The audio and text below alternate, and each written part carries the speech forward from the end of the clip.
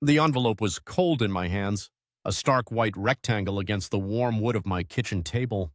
It felt heavier than it should, weighted not by paper but by the dread coiling in my stomach. My name and address were printed in a sharp, unfamiliar font. It wasn't a bill. It wasn't a friendly letter. It was from a law firm in a city I hadn't visited in years. My hands trembled slightly as I tore it open. The words inside were legal, precise, and utterly insane. They spoke of parental responsibility, of arrears, of a child named Marco, my son, a son I had never met, never held, never even known existed. The letter demanded over $50,000 in retroactive child support and established an ongoing monthly payment that would bleed my retirement account dry. Pinned to the top was a photograph, a small boy with dark, luminous eyes and a shy smile, standing in a sunny park somewhere far, far away. He was beautiful, and he looked nothing like me. My world, which had already been shattered once by loss, began to fracture all over again. I sank into my chair, the letter crinkling in my fist. How could this be? I had a child, or so they claimed. It was a lie. It had to be a lie. But a part of me, a small terrified part, wondered if the biggest lie was the one I had been telling myself for the past 3 years. This story is a difficult one to tell. It's a journey into a darkness I never knew existed, a testament to how loneliness can blind even the most careful of men. If you've ever felt lost or taken advantage of, or if you simply want to see how this impossible situation unfolds, please consider subscribing to the channel. Your support means we can continue to share these important real-life stories. My name is Arthur, and when this story began, I was 56 years old. My life, once a vibrant tapestry woven with love and shared dreams, had become a monochrome sketch of solitude. 3 years prior, I had lost my wife Eleanor to a battle with cancer that she fought with a grace I still struggle to comprehend. We had been married for 30 years, 30 years of laughter echoing through our Seattle home, of shared coffee on rainy mornings, of building a life together piece by piece. We never had children of our own. It was a quiet sadness we carried together, but we had filled our lives with each other, with travel, with friends, with our work. I was an architect, and she was a landscape designer. We built beautiful spaces for others, and our own home was our sanctuary. After she was gone, that sanctuary became a museum of memories. Her favorite mug still sat on the shelf. Her gardening gloves were still on the back porch, dusted with the soil of her last spring. The silence in the house was a physical presence, a heavy blanket that suffocated me. My friends tried. They invited me for dinner, for golf, for weekends away. I would go, put on a brave face, and feel like a ghost at the feast. I was there, but the real me, the Arthur that existed with Eleanor, had died with her. I was a hollow man, rattling around in a life that was too big for one person. The loneliness wasn't just an emotion, it was my environment.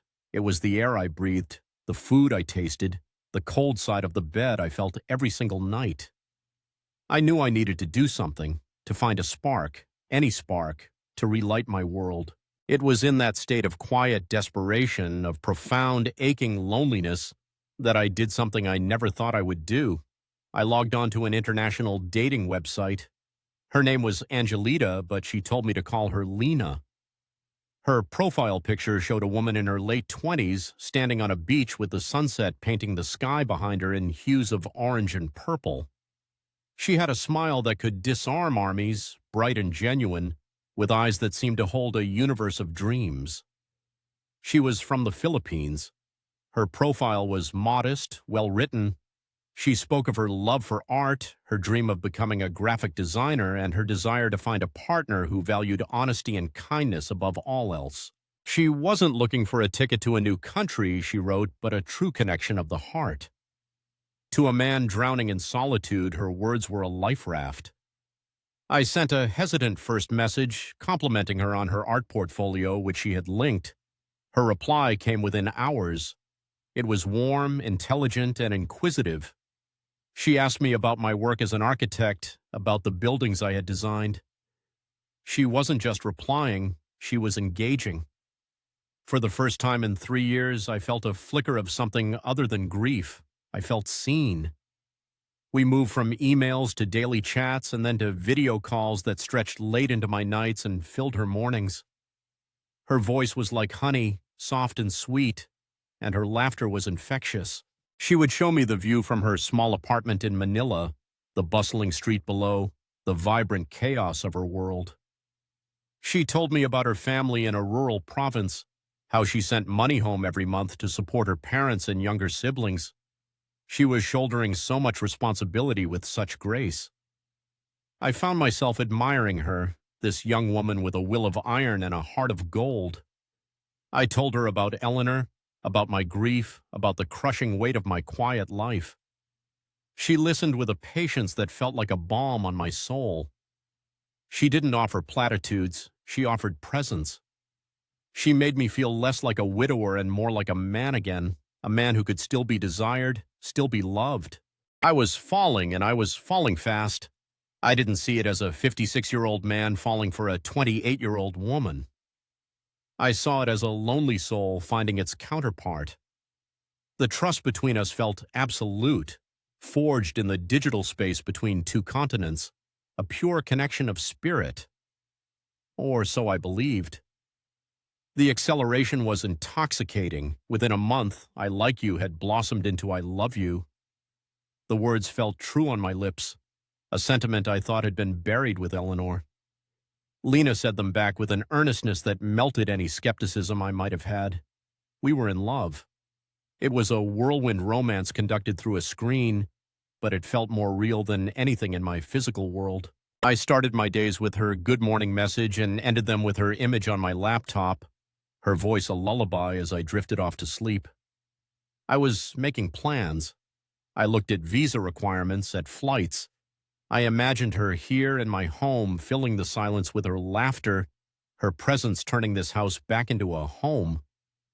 The first red flag appeared so subtly I barely noticed it.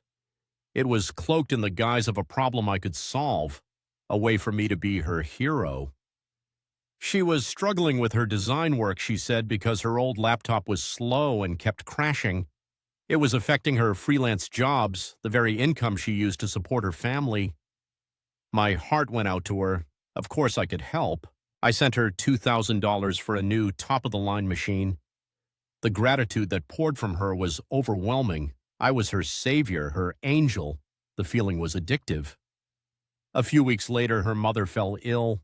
It was a recurring theme, her family's fragile health. This time it was a severe infection, and they couldn't afford the hospital bills. She was distraught, crying on our video call, feeling helpless so far away in the city. "Please, Arthur," she sobbed, "I don't know what to do." I didn't hesitate. I wired $5,000. The money wasn't the point. It was about easing her pain, about being the man who could protect her and her family. Each time I sent money, the bond between us seemed to deepen, our futures weaving together more tightly. I was no longer just her boyfriend. I was her partner, her provider. It felt noble. It felt right. I dismissed the small nagging voice in the back of my head that whispered a warning. The voice that noted how her video would conveniently freeze whenever I asked to speak to her mother directly, or how the specific details of her design projects were always vague. I was in love, and love, I told myself, required trust. Love meant helping the one you love without question. I was building a future with her, and this was just laying the foundation. My emotional dependency on Lina grew exponentially. She became the sun around which my lonely planet orbited. My mood for the day was dictated by the tone of her morning text. If she was happy, I was ecstatic. If she was stressed, I was consumed with finding a solution. I had outsourced my happiness to a woman half a world away, and I didn't even realize it. My financial support, which had started as occasional gifts, slowly morphed into a regular, structured allowance. It began with me offering to cover her rent so she could focus on her art without financial stress. That was $700 a month. Then came the money for her family, another $500. Then came funds for business courses and software licenses.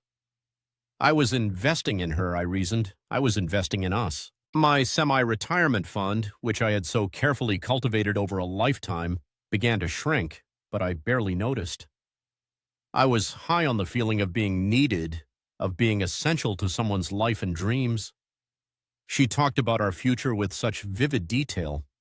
She described the children we would have, how she would teach them to speak Tagalog, how I would teach them to appreciate architecture. The idea of being a father, a dream I had long ago packed away, was reawakened. At 56, the thought was both terrifying and exhilarating. One night, during a particularly emotional video call, I proposed. I hadn't even bought a ring. I just held my heart out to her through the screen, and she accepted with tears of joy streaming down her face. We were engaged. A few months later, I flew to Manila to meet her in person. The week was a blur of passion and manufactured perfection. She was even more beautiful in person. But looking back, it was all carefully curated. I never met her family. They were too far away in the province, and her mother was still too frail to travel. I never saw her apartment, as we stayed in a luxury hotel that I paid for. We were in a bubble, a perfect fantasy world for 7 days. 2 months after I returned to the States, she called me, her voice a mix of terror and joy. She was pregnant.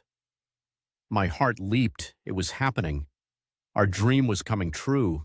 The distance, the money, the red flags I had ignored, it was all worth it. I was going to be a father, to be. The pregnancy was, from the start, a drama played out over thousands of miles.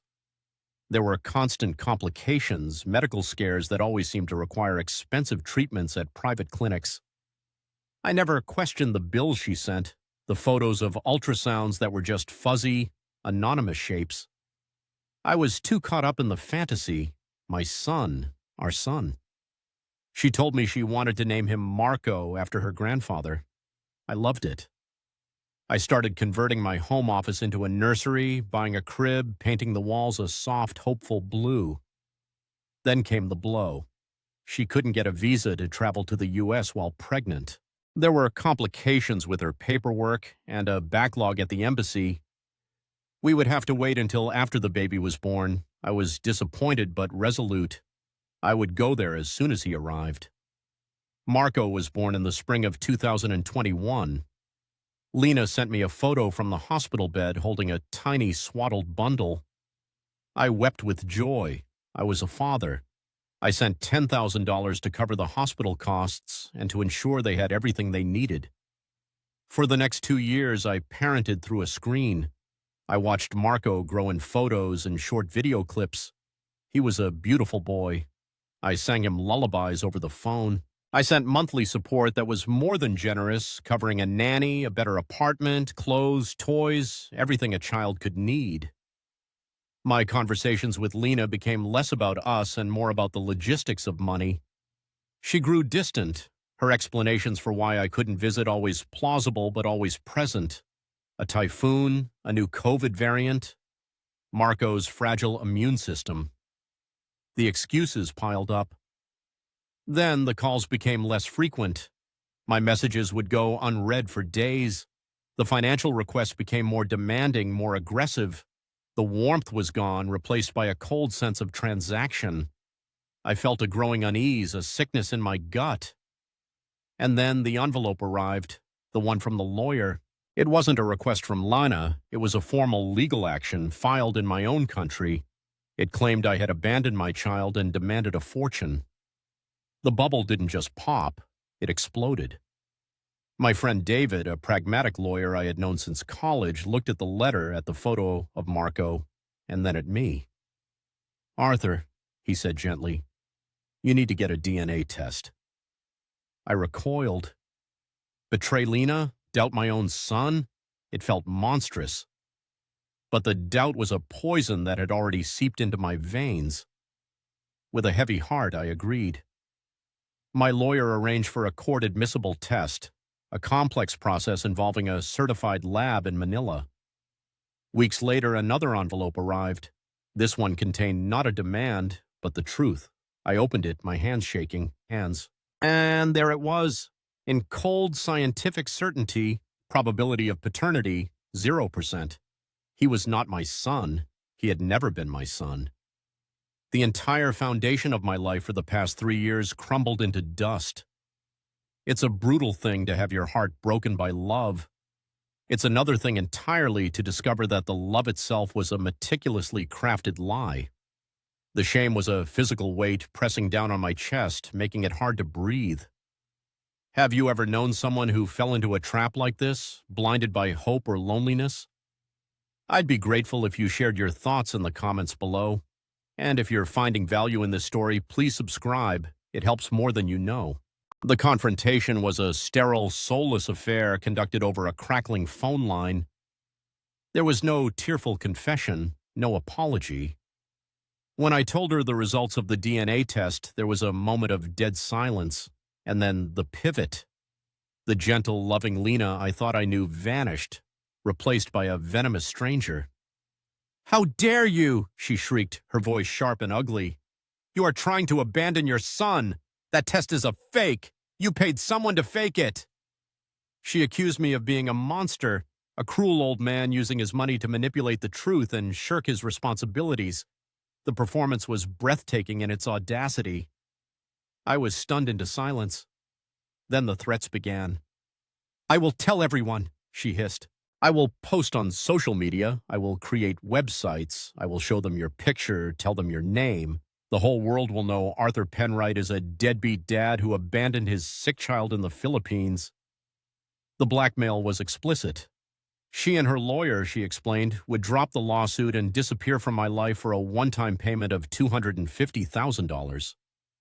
It was a ransom for my reputation, for my peace of mind. The pressure was immense. My lawyer advised me that fighting it would be a public, messy, and expensive battle. Part of me, the exhausted, humiliated part, just wanted to pay it.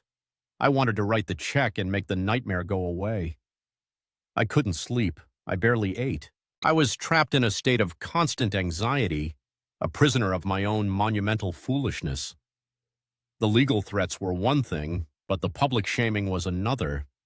I imagined my name dragged through the mud, my old colleagues and friends reading slanderous posts online. The woman I had poured my heart and my savings into was now threatening to systematically destroy my life. I had lost control. I was no longer a man in love or even a victim of a scam. I was a hostage. Every ping of my phone sent a jolt of adrenaline through me, expecting another threat, another demand. My quiet, orderly life had descended into a chaotic hell of my own making. The breaking point came late one night. I was sitting in the dark in the living room, staring at a framed photograph of Eleanor and me on the mantel. We were on a trip to Italy years ago, both of us smiling, genuinely happy. I looked at the man in that photo, confident, content, secure in a love that was real. And I looked at myself now, a shell of that man, hunched in the dark, terrified of a phantom family and a digital predator. Eleanor would have been horrified, not at my gullibility, but at how I had let myself shrink, how I had allowed this person to steal not just my money, but my dignity. In that moment, something shifted. The shame began to burn away, replaced by a slow-burning rage, not just at Lina, but at myself. I had let my loneliness make me a willing participant in my own destruction. I would not let my fear make me a willing hostage. I would not pay the ransom. This was not about money anymore. This was about reclaiming my life, my name, and the memory of the man I used to be. The next morning, I called my lawyer, David. My voice was steady for the first time in weeks. "We're not settling," I said. "We fight. We fight with everything we have. I don't care what it costs or how public it gets. We expose this, all of it." It was a declaration of war, a rebellion against the prison of fear she had built around me. The decision wasn't an escape in the physical sense. I wasn't running away. I was running toward the conflict. I was choosing to stand in the storm and fight back. It was the most terrifying decision I had ever made and also the most liberating. I was finally taking back control. The legal battle was as brutal as my lawyer predicted. It was a war of attrition fought with motions, depositions, and affidavits across international lines. Her legal team was aggressive, painting me as a wealthy American who had preyed on a vulnerable young woman, promised her a future, and then callously discarded her and her child when he grew bored. They used the photos I had been sent, the loving emails I had written, as evidence against me. They twisted my love into a weapon. But the truth, backed by the undeniable science of a DNA test, was my shield. My legal team worked tirelessly, gathering evidence of the financial transactions, uncovering inconsistencies in her story, and ultimately proving a pattern of calculated fraud. After nearly a year of emotional and financial drain, the court ruled in my favor. The case was dismissed. The threats of public shaming evaporated as her own lies were laid bare. I had won. But it felt like a hollow victory. The financial cost was staggering, but the emotional cost was immeasurable. I had won the battle, but I was left with the wreckage. I sold the big house, the museum of memories that held ghosts of both Eleanor and Lina. It was too full of silence and regret. I bought a smaller condo in the city, a place with no history, a blank canvas. I started therapy, forcing myself to confront the profound loneliness that had made me such an easy target. I had to learn the difference between being alone and being lonely. I had to learn to find value in myself, not in someone else's affection or need for me. I reconnected with the friends I had pushed away, embarrassed by my secret life. They didn't judge, they welcomed me back. Slowly, painstakingly, I began to rebuild. It wasn't a return to the man I was before. He was gone forever. It was the beginning of a new path, one forged in wisdom born from a deep and painful wound. In the end, this journey through deception taught me a lesson of profound importance. It taught me that the most dangerous prisons are the ones we build for ourselves out of fear and loneliness. I was so desperate to fill the void left by my wife's death that I willingly ignored every warning sign, every red flag, because the fantasy Lina was selling was more comforting than my reality. I learned that true strength isn't about being invulnerable. It's about what you do after you've been broken. It's about finding the courage to face the truth, no matter how ugly, and choosing to fight for your own dignity. My hope now is not for a grand, passionate love, but for a quiet, steady peace. I'm finding joy in small things again, the taste of good coffee, the view from my new balcony, the comfort of an old friendship. I am healing. To anyone watching this who feels lost in their own loneliness, I urge you to be careful. Guard your heart, but don't close it off entirely. Trust your intuition. That quiet voice you try to ignore is usually telling you the truth. And most importantly, know that your own company can be enough. You are enough. It is never, ever too late to start over, to reclaim your story, and to build a new life on a foundation of truth. Thank you for listening to my story. It wasn't easy to share, but I believe in the power of these experiences to help others. If this resonated with you, please subscribe to the channel, leave a comment, and hit the notification bell so you don't miss our next story. Your presence here makes a world of difference.